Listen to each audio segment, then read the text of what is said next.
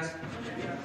Pues vamos a destinar la información de hoy a responder todas las preguntas, dudas que tengan. Si les parece, comenzamos. Buenos días, Juan Hernández del periódico Basta y del Grupo Cantón. Son dos preguntas, señor presidente. La primera, aunque sí haya una fecha para la renuncia de los funcionarios, ¿usted ya tiene un listado de los que van a poder lograr sucederlo? Bueno, ya estamos hablando de Sonora, ya estamos hablando de Querétaro, ya posibles candidatos. ¿Ya tiene a sus asesores? ¿Y cómo quedaría precisamente este equilibrio que usted ha impulsado en el gabinete de hombres y mujeres? ¿Cómo sería este trabajo? Sería la primera pregunta. Bueno, tenemos de plazo hasta finales del mes. En el caso de servidores públicos que aspiren a ser candidatos, tienen que presentar su renuncia a finales de octubre. Y hasta entonces, yo pienso que la última semana de octubre vamos a empezar a conocer quiénes van a participar como candidatos, ¿no? Hasta ahora, formalmente, no hay nada. Todos están trabajando muy bien, por cierto, todo el gobierno. Tengo la dicha de contar con un equipo de trabajo muy bueno, de mujeres y de hombres comprometidos, leales al pueblo, gente honesta, con convicciones. Es un buen gabinete. Entonces, vamos a esperar. Sí, puedo adelantar que se van a mantener los equilibrios. Es decir, tienen que participar mujeres. Entre otras cosas, este es el gabinete en toda la historia de México con más participación de mujeres. Y así va a continuar hasta el final. Ahora hubo un desequilibrio, bueno, hace relativamente poco, cuando hubo un cambio en medio ambiente y se suplió por un hombre, pero ya vamos a corregir eso. Es un asunto que tenemos pendiente para que cuando menos sean las mujeres que comenzaron, el número de mujeres que comenzaron. Eso siempre lo vamos a cuidar. Y si es posible, hasta más mujeres. Pero vamos a esperarnos a finales de octubre de este mes. Segunda pregunta. Estamos ya prácticamente a la vuelta de la esquina del 2021. ¿Cómo se está preparando la 4T precisamente para blindarse de lo que es inevitable, una guerra de lodo? Ya acaba de mencionar lo que ocurrió con Reforma, lo que ha ocurrido con otros medios de comunicación, que ven de alguna manera cualquier pretexto para atacar lo que viene siendo como trabajo de gobierno. ¿Cómo se está blindando? ¿Cómo va a garantizar que estos candidatos no queden nada de ver? Pues. Bueno, mi escudo protector es esta conferencia y mi ángel de la guarda es el pueblo. Si se tiene el respaldo del pueblo, si se cuenta con el apoyo de la gente y se mantiene la comunicación con el pueblo, no hay nada que temer. Esa es la estrategia, tenerle amor al pueblo, servirlo y estarle informando. Con eso, por eso no estoy preocupado, estoy ocupado en enfrentar las crisis de la pandemia y la crisis económica, pero con mi conciencia tranquila y trabajando por el pueblo. Se dice que en una campaña en Estados Unidos le preguntaron a Clinton sobre lo fundamental, o él mismo se interrogó y respondió la economía, y lo otro ya no lo voy a decir. Yo, si me interrogo y contesto, tengo que decir el pueblo. Esa es la fuente del poder. El poder dimana del pueblo. El pueblo. Y servirle al pueblo. Para eso estamos aquí. Y eso da mucha fortaleza, mucha tranquilidad, seguridad, y eso es lo que estamos haciendo. Y la oposición, pues como es natural, como es lógico, vienen tiempos electorales, ya están las precampañas, aunque formalmente no se hayan declarado. Ya muchas cosas se hacen con propósitos electorales. Esto de Chihuahua, de que no nos permiten cumplir con el compromiso de entregar el agua a Estados Unidos, pues es electoral, sin duda. Al grado de que si hubiesen cumplido con el compromiso, porque esto lo estamos tratando desde diciembre del año pasado, ya se hubiese terminado de pagar solo con lo que se ha evaporado de agua. Lo que nos falta es lo que se ha evaporado por no permitir la entrega del agua, por poner por encima del interés general, del interés de la nación, los intereses particulares y el interés partidista. Entonces ya hay muchas cosas en función de la temporada electoral y como tú sostienes, se van a intensificar estas acciones. Y esto que tardaron tanto en aprobar en la Cámara de Diputados, lo de la desaparición de fideicomisos y de fondos, pues es un asunto completamente electoral, porque no hay ninguna razón. El dinero no va a desaparecer, no van a dejar de recibir los beneficios quienes tienen derecho. Lo que se está buscando es que no haya corrupción, que haya transparencia. Sin embargo, pues se aprovecha para hacer propaganda y así van a haber otras cosas. Pero es legítimo y normal en estas temporadas y sucede en México y sucede en todo el mundo. No hay que extrañarnos y sí garantizar las libertades. Hoy me gustó mucho un artículo que sale de Cepeda, sí, Jorge Cepeda, acerca de que los que gritan de que no hay libertad de expresión, pues no les asiste la razón, porque nunca, lo he dicho varias veces y lo voy a seguir repitiendo, desde la época del presidente Madero se le ha atacado tanto a un presidente como ahora. Nadie es perseguido, no hay censura. No estoy hablando a los directores o a los dueños de los periódicos o a los dueños de las estaciones de radio o a los dueños de las concesiones de televisión para que despidan a un articulista, a un comentarista incómodo, que nos moleste. No, hay libertad plena. No es como antes. Entonces, eso se va a seguir garantizando tanto en medios como también el derecho de manifestación. Les comento porque a lo mejor no se sabe. Nosotros hacemos manifestaciones en el Zócalo. Bueno, eso sí es de dominio público. Eso es sabido. Pero en los últimos tiempos, el anterior gobierno de la ciudad ya no nos permitía llegar al Zócalo. Teníamos que hacer hacer nuestros actos en el municipio de Juárez, en Bellas Artes, en Reforma. Me acuerdo cuando se intensificó la represión contra los maestros, cuando querían imponer la mal llamada reforma energética, y convocamos para defender a los maestros y detener la represión. No nos permitieron llegar al Zócalo y se hizo el acto en Reforma. Cuando protestábamos en contra de la reforma energética, tampoco. En algunas ocasiones tuvimos que hacer los actos fuera. Aquí no nos permitían, en el Zócalo. Ahora no, ahora es libre, tan es así que hay un campamento. No me estoy esperando que venga el señor Junco a colgar su hamaca. Yo se la voy a mandar de regalo. Y Ili Ortiz vengan a colgar su hamaca y todos pueden estar aquí y protegidos sin ningún problema. Nada más que no se vayan a querer quedar con el Zócalo, es decir, que no acaparen, que nos pongamos de acuerdo, porque ya nosotros vamos a empezar. Cuando termine de padecerse por la pandemia, vamos a estar informando, pero no va a haber desalojos. Es un acuerdo que desde ahora les propongo a los de Frena y a los de México Sí y a la BOA y a todos que nos den cuando menos un día al mes, que nos permitan el Zócalo, un día al mes. Ese día, si están los de Frena, pueden moverse pues a una plaza cerca, terminamos y regresan. Si están los de México Sí, lo mismo, nada más para ser equitativos, que haya igualdad, que todos tengamos posibilidad de manifestarnos. Es la respuesta a tu pregunta. Vamos aquí. Muy buenos días, presidente Hans Salazar de Sin Censura. Tres temas, presidente. El primero, rápidamente, sobre la protección animal. Aquí ya hemos expuesto este tema. Y a propósito, porque en cuanto al huracán Delta que está, pues, los efectos en Cancún, en Quintana Roo, particularmente un habitante, por ejemplo, de Cancún metió en su hogar una protección a más de 300 perros callejeros. Y bueno, pues la gente ha actuado, generalmente usted lo ha dicho, pues con esa conciencia hacia la naturaleza, hacia los seres vivos. El pasado 17 y 18 de marzo, de acuerdo a información de Semarnat, hubo un foro de bienestar y protección animal. Incluso eso fue parte de lo que se planteó aquí.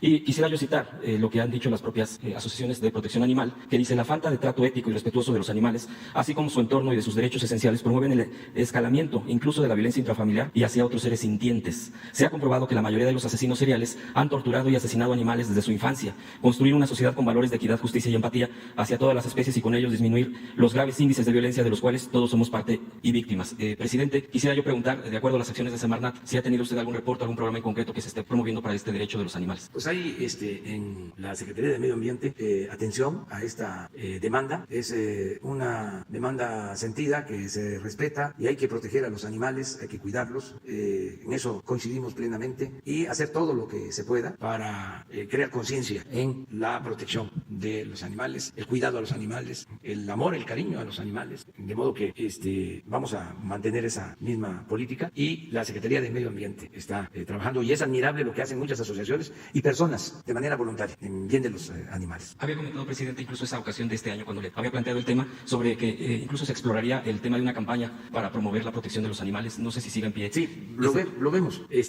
Tenemos ahora dos campañas, ¿no?, que queremos darles tiempo para que penetren, para que se internalicen. Una es lo del consumo de drogas, el prevenir del daño que hacen las drogas, sobre todo dirigida a los jóvenes. Esa campaña no la vamos a dejar en todo el sexenio. Todos los tiempos que tengamos, los espacios en medios de información se van a utilizar con ese propósito, porque si no combatimos el consumo, si no se reduce el consumo, no vamos a poder salir adelante. Y consideramos que con lo que se está haciendo de atender a los jóvenes, de que tengan posibilidad de trabajo, de que tengan posibilidad de estudio, la moralización de la vida pública, el ejemplo de rectitud que se está dando desde el gobierno y la información sobre el daño que causan las drogas, lo peligroso, lo destructivo que son, sobre todo las drogas estas químicas que tienen que ver con el fentanilo, el cristal, todo eso que destruye. Pensamos que sin seguir ocultando información como se hacía antes, que estos temas no se ventilaban en la televisión, en la radio, en los periódicos, no había campañas para esto. Al contrario, ganaban mucho en presencia las series que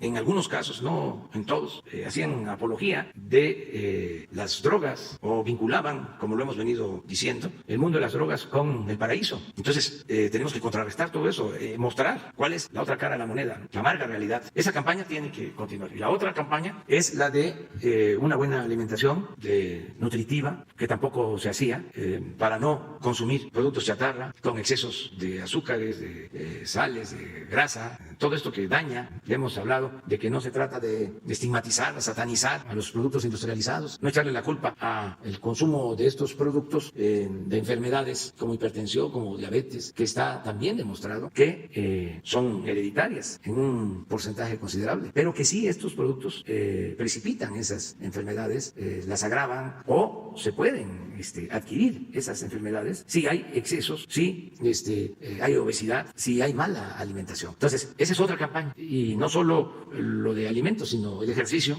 el deporte, son las dos grandes campañas que se tienen. Pero en la medida que podamos tener tiempo en medios, pues hay otras y no descartamos esta de defensa de los animales, el cuidado, la protección de los animales.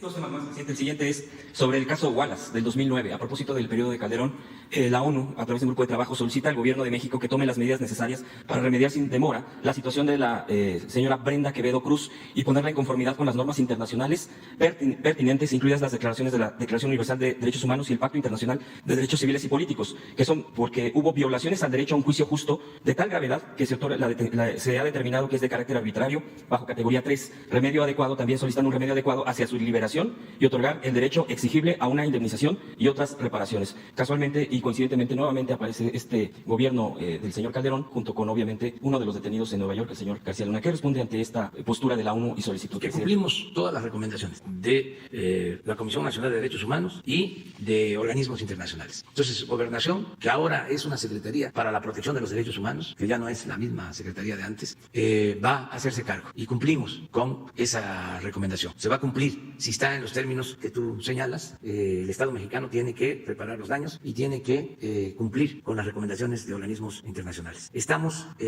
inscritos en todos los organismos que tienen que ver con la defensa de los derechos humanos. Se abrió el país para que puedan estos organismos observar el comportamiento del gobierno de México en esta materia y en todo. No vamos a utilizar la excusa de la defensa de nuestra soberanía o de nuestra independencia para limitar el que organismos de derechos humanos puedan actuar con libertad en México. No es violatorio de nuestra soberanía el que puedan estos organismos participar. En el caso de torturas, masacres, desaparecidos, uso excesivo de la fuerza, autoritarismo, represión, estamos abiertos al escrutinio público mundial y aceptamos todas las recomendaciones de estos organismos, sobre todo lo que tiene que ver con la ONU, con organizaciones internacionales serias. Incluso, presidente, en este mismo tema, porque la ONU también insta a investigar completa independiente las circunstancias que rodearon esta privación de la libertad de esta persona que está presa todavía. Sí, también investigar. Sí, en este caso hay seguramente denuncias en la Fiscalía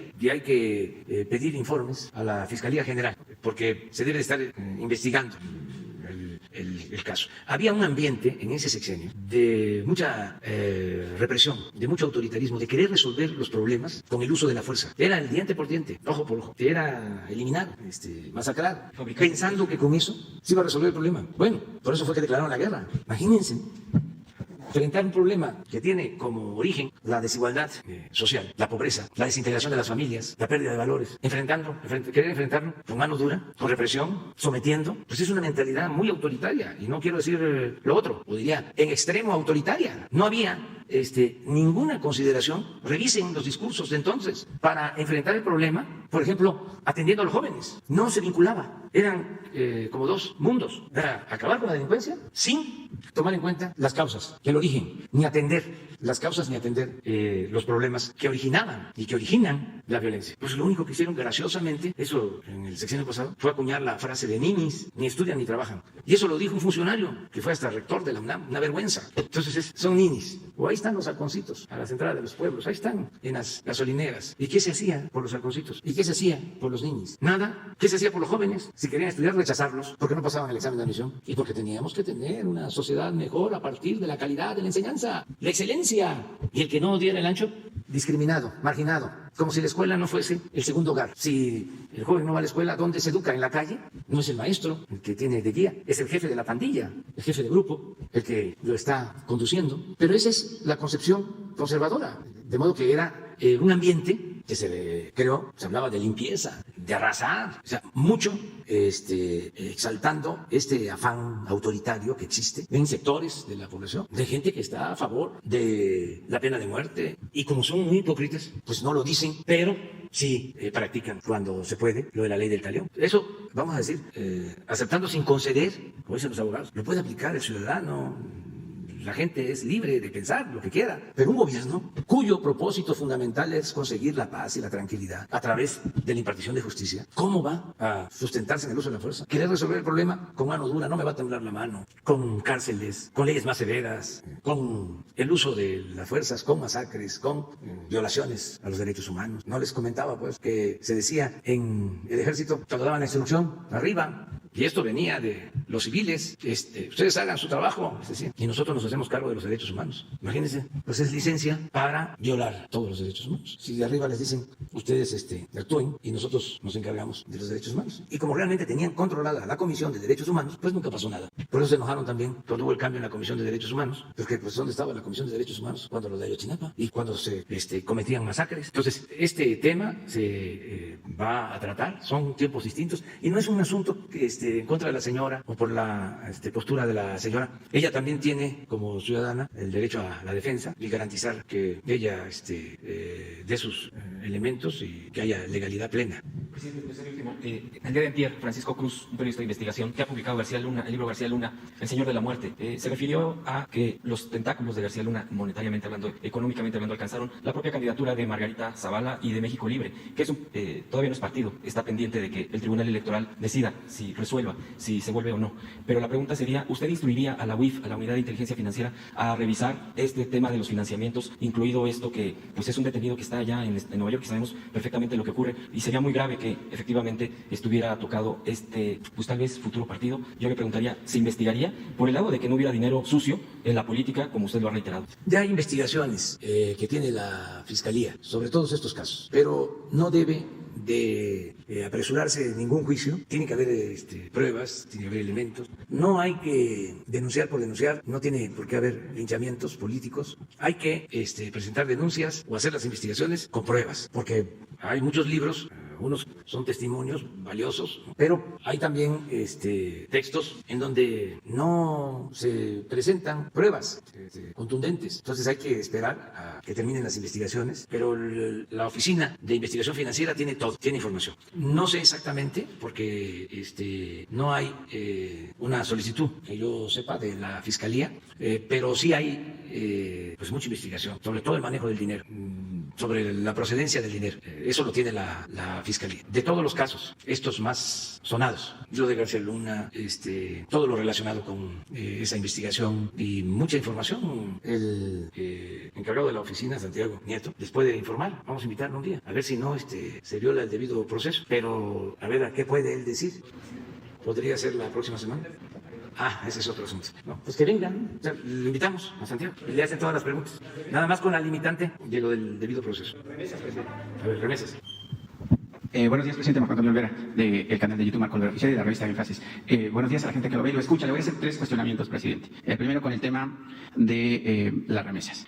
México recibió 22.821.5 millones de dólares en remesas entre enero y julio del 2020, lo que representó un aumento del 10.01% con respecto al mismo periodo del 2019, pese a las afectaciones por la pandemia del COVID-19, según reportó el Banco de México este pasado martes de esta semana. Y pese a que el diario New York Times, el pasado 20 de abril de este año también, diagnosticó el rotativo que las remesas de nuestros mexicanos bajarían en un 20%, lo cual es una mentira, falló el rotativo en ese diagnóstico.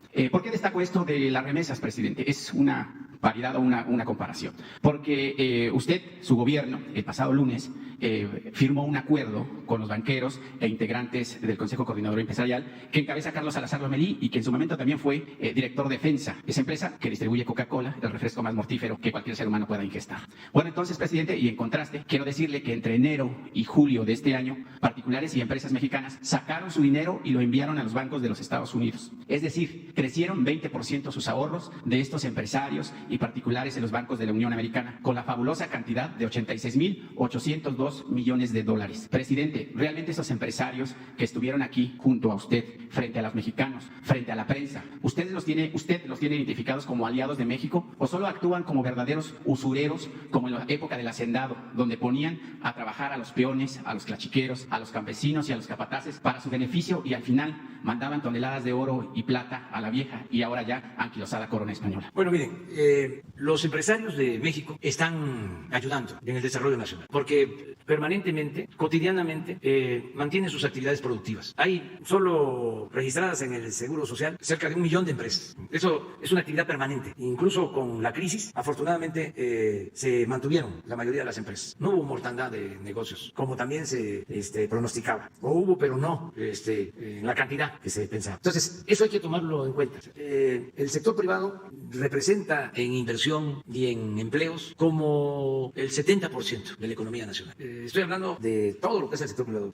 Las pequeñas empresas, que son las que más participan y que más empleo generan, medianas y las grandes, como 70%. El resto es el sector público y el sector social, así en términos muy generales. Si vemos la inversión anual que llega al país o lo que se invierte en México, ahí sí las remesas ocupan el primer lugar, porque significan la principal fuente de ingresos del país. Estamos hablando de 40,000 millones de dólares, es lo que estimamos para este año. Como está ahora nuestro peso, que se está apreciando, de todas maneras es como 1 billón de pesos. En efecto, si se compara con lo que se suscribió, estamos hablando de 3 veces más las remesas que el convenio de los 300,000 millones, que es un punto del Producto Interno Bruto. Pero no es todo el sector privado, es la inversión en algunos proyectos. Y queda abierto el mecanismo para que se siga llegando a acuerdos de inversión. Las remesas nos ganan incluso a nosotros. Nunca se había destinado tanto dinero para atender a los pobres. Y de todas maneras, de todas formas, es más el monto de la remesa que lo que nosotros destinamos a atender a los pobres. Nosotros debemos estar destinando de manera directa como 600,000 millones. Y de manera directa, claro, si le agregamos salud, si le agregamos educación,